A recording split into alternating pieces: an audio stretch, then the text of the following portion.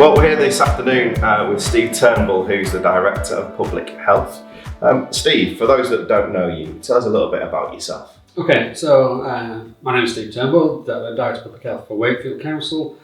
I've been here since just before the pandemic, so from 2019. I'm not from Wakefield, I'm from Barnsley originally, but I know the area pretty well, but still learning lots about it. Okay, and before you kind of came to the Director of Public Health role, what did life look like for you? Yeah, well, I've had a long and varied career in public health. Lots of people come into public health from different angles, so you get people coming from all sorts of backgrounds. Very few people turn to public health as the first choice. They kind of discover it, and that's what I did. And I discovered it partly through working in health settings. One of my first jobs was in hospital management, but then that really got me into working with communities, and that's when my interest really kind of sparked. It's just really fascinating to work with communities and just try and understand what impacts their health and how we can improve things. You mentioned you came in just kind of at the start of the pandemic. That must have been a challenging time for you. It was, but that's what we trained for.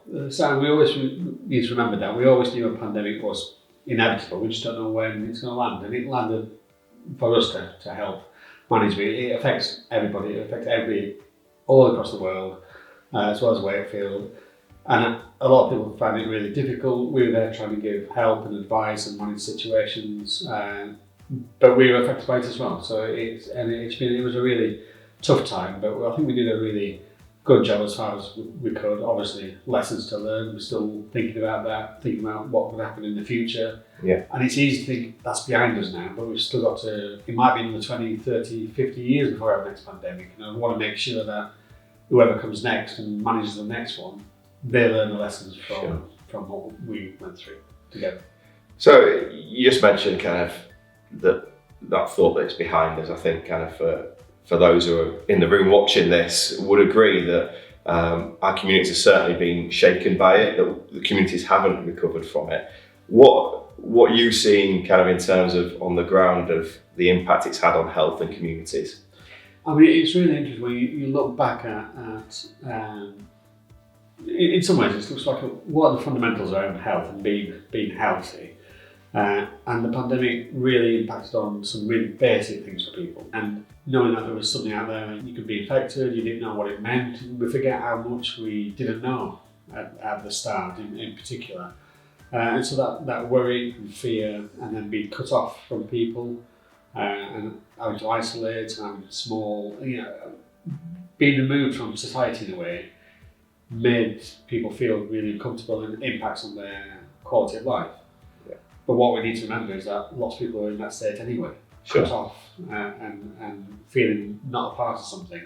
And so in a way it gives a good way of framing what challenges some people and some communities have all the time. The pandemic just brought it to light.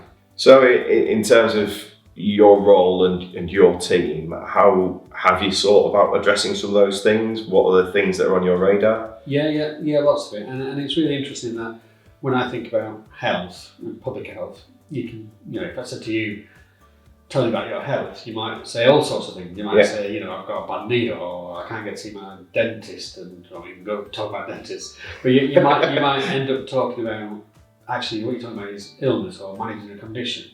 And for me, that's not really what health's about, not really what, it's important that we work on those kind of topics, but health is really about enjoying your life and having that ability to enjoy your life. So if I said to you, tell me a story about when you felt really healthy, you wouldn't be talking about your bad knee or your or problems you have. You'd be talking about being with friends or family or feeling part of something, or maybe out in nature and enjoying the district. And that's really, then if we take that as an angle, then trying to learn the lessons about what's really important to people, and look at supporting health rather than tackling diseases and conditions. Sure.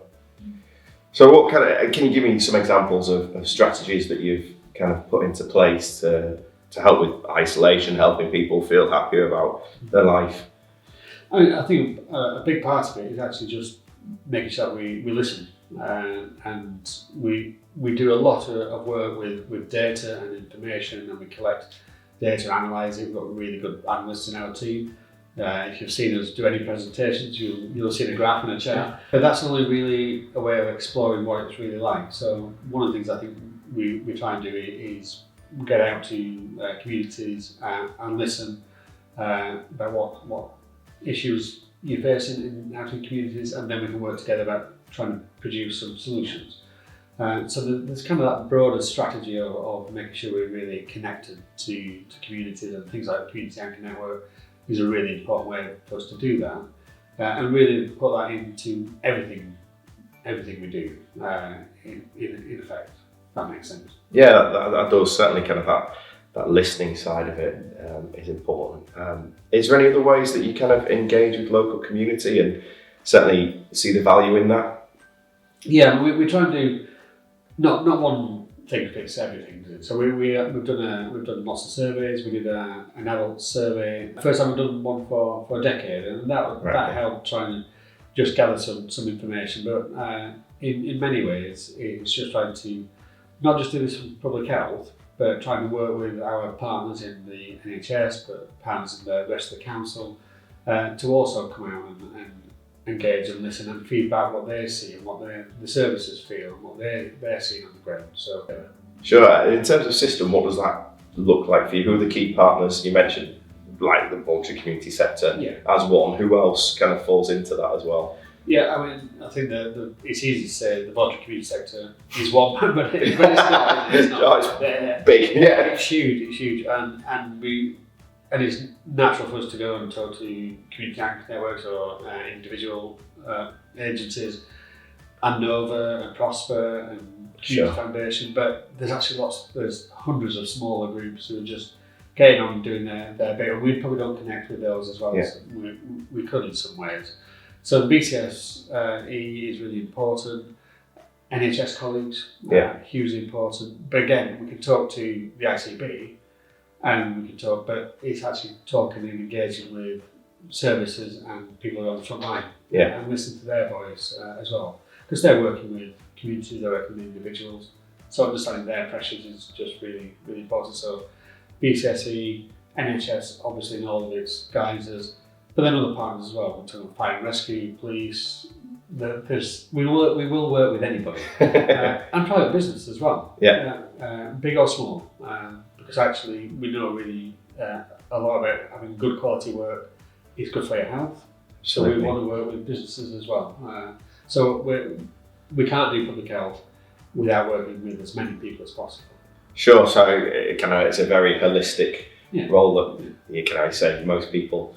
When you talk about public health, it's about the knee or something like that. But actually, there's so much more to it than that. In terms of kind of where you are currently, kind of as a team, what do you see as the main challenges and your main priorities at the moment? Yeah, I always struggle with the word priorities. And for the reason that we just talked about being holistic, once I start to say something's a priority, it means something isn't. Right. And that something might be really important. And there are hundreds of public health topics that we think about, and we can't. And I'll give you an example: sleep. People say sleep's a really important public health topic. We spend about a third of our lives asleep, or trying to get to sleep, or trying to wake up. But it's really important for kids and development. It's really important for people being productive and feeling energetic. If you haven't got a good night's sleep, you know what it feels like. It's not good if you have that chronically. It's a real public health topic. But I'll probably never put it on the top of my list. Sure. But I don't want to undermine it by saying it's not important. So I think more about not having a public health system that's priority driven, but is value driven. So we will work across all public health topics, because that's how we get that holistic view rather than reductionist to one particular issue. Because it'd be easy for me to say cardiovascular disease or cancer or mental health, but it's everything. But it's value driven, so it's really about making sure that we are tackling inequalities. So we want to have services and things that are available for everybody in the district, but we need to do more to reach the people who need it more, and that's where the inequalities agenda comes in. So we've got one priority if you're tackling inequalities. That's really what public health is about. How could people make contact with your team if they've got ideas or suggestions, and what kind of support could be in place? Our details on the council website. There's email addresses on there, or call the council. They will divert the calls to our office, and we'll pick them up. We're really interested in any conversations with anybody about anything, because it's all got a public health angle. We can work with lots of. We can't solve everybody's problems immediately, but it's still information. It's still worthwhile making contact. If you've got any ideas about projects or issues that you want to raise that we can look at differently, then we can do that. By all means, give us a call, but invite us out, and we'll come out and meet people, because that's really important. Great, thanks Steve. I appreciate your time this afternoon, and I'm sure people watching have appreciated it as well. Yeah, great, thank you.